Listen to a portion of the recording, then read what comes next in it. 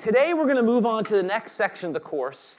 We spent the last few lectures talking about consumer theory, or loosely, what's behind the demand curve.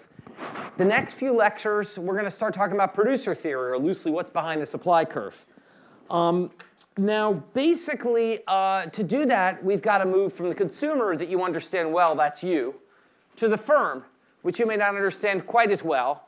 And we're going to have to make a number, once again, of simplifying assumptions to effectively model what is a quite complicated modern corporation. As we go on, we'll talk about loosening the assumptions and what effects it has. But as always, we want to start with the simplest case that gives us insights. And the way we're going to do that is we're going to start by talking about a firm production function.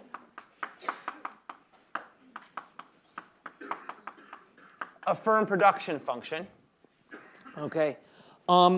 And basically, we're going to think of a firm. When I talk about a firm in this class, think of it as a black box which takes in inputs and produces an output. Okay, we're not going to worry yet so much about what goes on inside this firm. We're just going to think about it as a function, a production function that takes inputs and produces outputs, with a goal of maximizing its profits. So the goal of this firm is to maximize profits, which are revenues minus costs. Okay, that's just like our goal is to maximize those utilities, consumers. The firm's goal is to maximize its profits, which, unlike utility, we can't measure. We said utils is not a real thing. Profits is a real thing. And so it's a little bit easier to understand how a firm can think about maximize its profits. But it's going to turn out that a lot of the tools we use for consumer theory are going to end up applying to producer theory as well. That a lot of the kind of maximization tools we just developed and you'll be tested on tomorrow are going to actually apply as well to thinking about firm maximization. Okay? So what we're going to do is start by defining the firm's production function. And the production function we are going to define as what is technologically feasible for a firm to produce. So the production function is the technology the firm has at its disposal to turn inputs into outputs. Okay? The inputs that it's going to take in are going to be capital, which we'll call K, and labor. Those are the two inputs. So we're going to think of a firm as producing everything it produces from two inputs. Labor, which is all the workers, and capital, which is pretty much everything else. Okay? We'll think of it as buildings and machines, but think of it as basically everything that's not a worker is capital. Okay?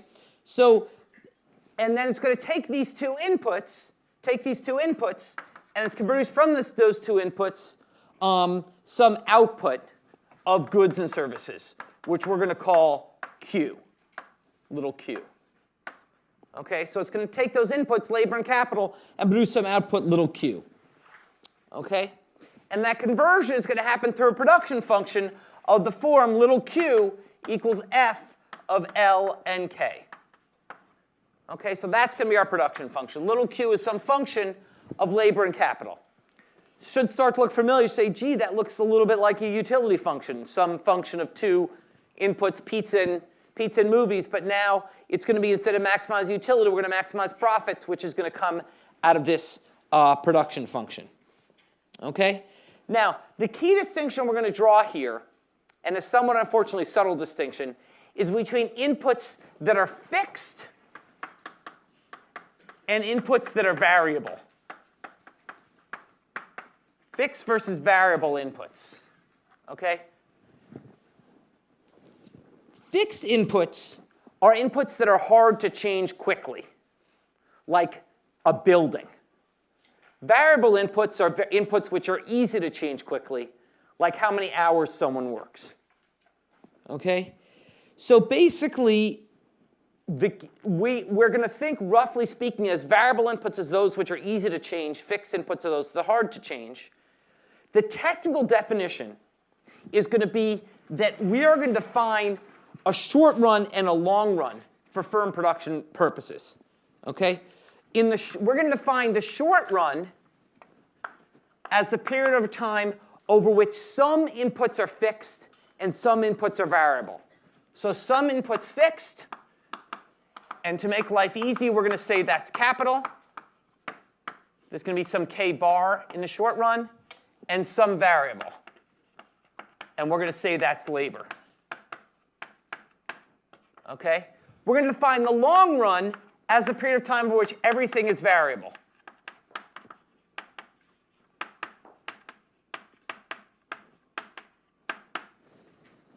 Now, the natural question is, what are the short and long run? And the answer is, this is the answer. Okay? There's no, I can't give you a period of time. I can't say short run is 7 months and 3 years and 7 months. Long run is 8 years and 4 months. Okay? This is the answer. The short and long run are defined by the period over time of which all inputs, some inputs are fixed versus all inputs being variable. Roughly speaking, you could think of the short run as being sort of in the near future, over this year, over the next few months. The long run being the period of time over which you build a plant, so over 10 years. Think of it sort of in that sense. Okay?